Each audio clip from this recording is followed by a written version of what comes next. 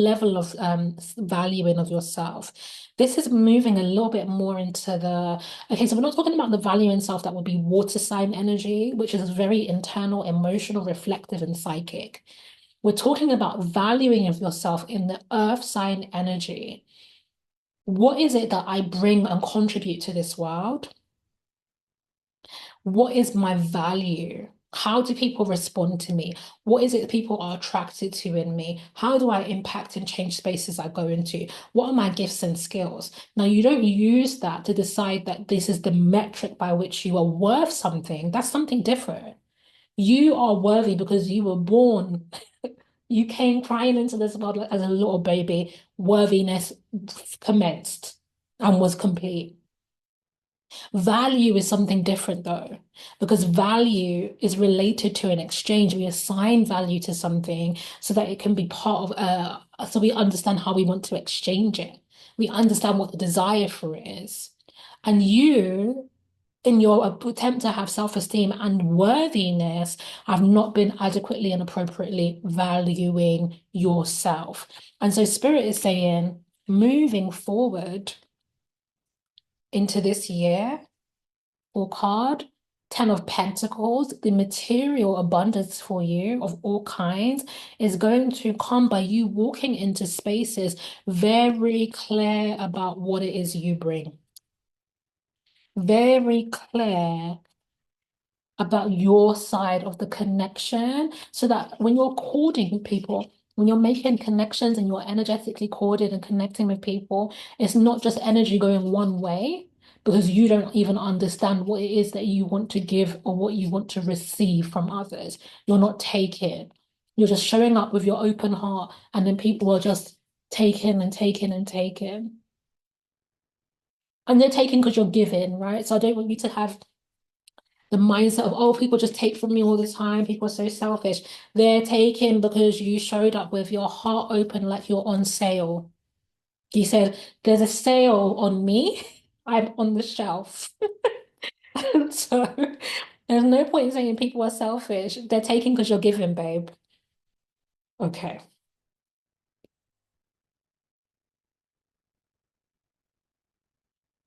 Thank you, Spirit. Let's take these cards up.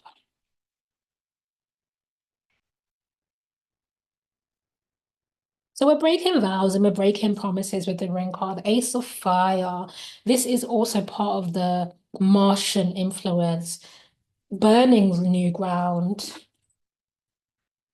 sealing up the old. You know, like a forest fire where you get a clearance of energy and then an introduction of new seas, new land.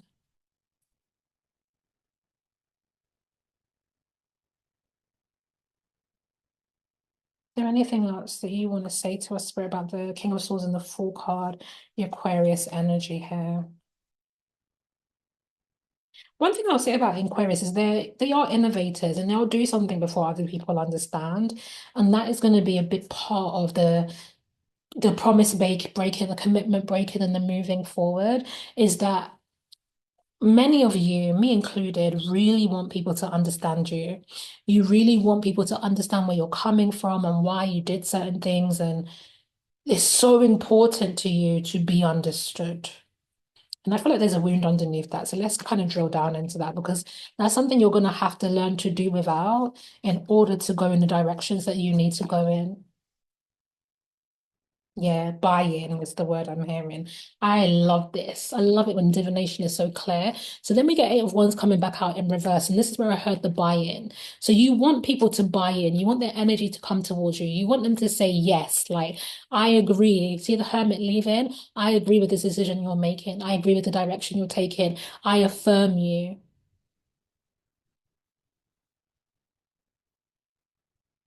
Aquarius moon activated in the chat. I love that. I affirm your choice, that the choice you're making for yourself. And listen, for a lot of this year, you're not going to get it. You're not going to get the agreement and the buy-in and the validation. It's not going to happen. And some of you are going to tremble at the thought of making a choice without someone. Look at this. about someone. This is the choice, the decision, the judgment.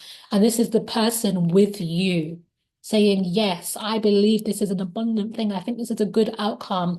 I am with you in your decisions. No, because sometimes it's this person you're going to be saying no to.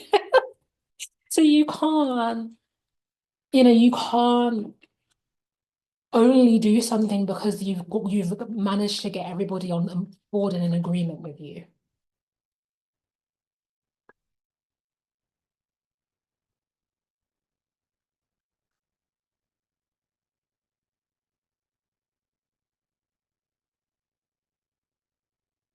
I asked what is the pursuit of the agreement related to, and we got the shadow card, we got the ocean, and we got the venom.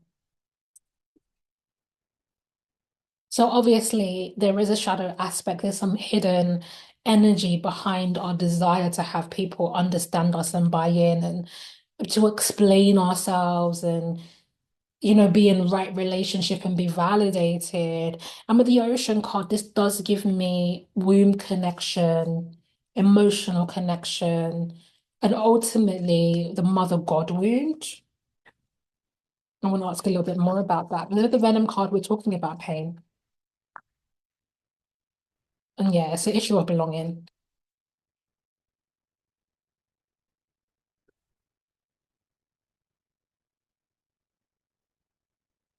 And also really struggling with the Ace of Wands and then the Page of Swords, really struggling with disagreement. Because the Ace of Wands here feels like the power, the energy, the decision, the will from you. The Page of Swords feels like an energy coming against it. It's like, no.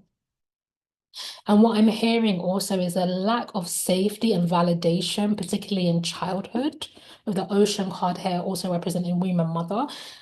The lack of an ability to say no, even to your parents. You weren't able to disagree, to challenge, to ask for what you needed according to your specific requirements. You had to go along with the family agenda or whatever it was that your parents said. So there's all of this wounding around your selfhood that makes you crave, run for agreement. Someone please agree with me is the energy. Someone agree that my decision is right. And Aquarius really is an energy and a sign and an archetype that will do it without the validation. Will say, I see something, I have a perspective on this that I feel is ahead of the time. It's innovative. It is maybe others haven't caught up to me yet.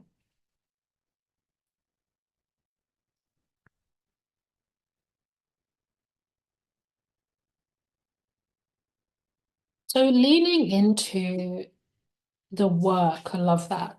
The work of going it alone. Eight of Pentacles in the Hermit, going it alone. Leaning into that is going to develop the Nine of Pentacles, which is also the self-worth energy we were talking about, developing the sense of self in a healthy way, developing healthy independence, self-trust, strengthening your intuition, your discernment, your judgment. You are going to have to do what is right for you. And I want to take away what is right for you. You're going to have to do what you discern, judge, and feel you should. Because you may do something and turn around and think, actually, that was the wrong decision. But that's also part of the experience, that's part of the journey of exploration and learning. You're not going to get everything right the first time, but it's still upon you to thrust yourself into the experience of growth that is getting something wrong, you know?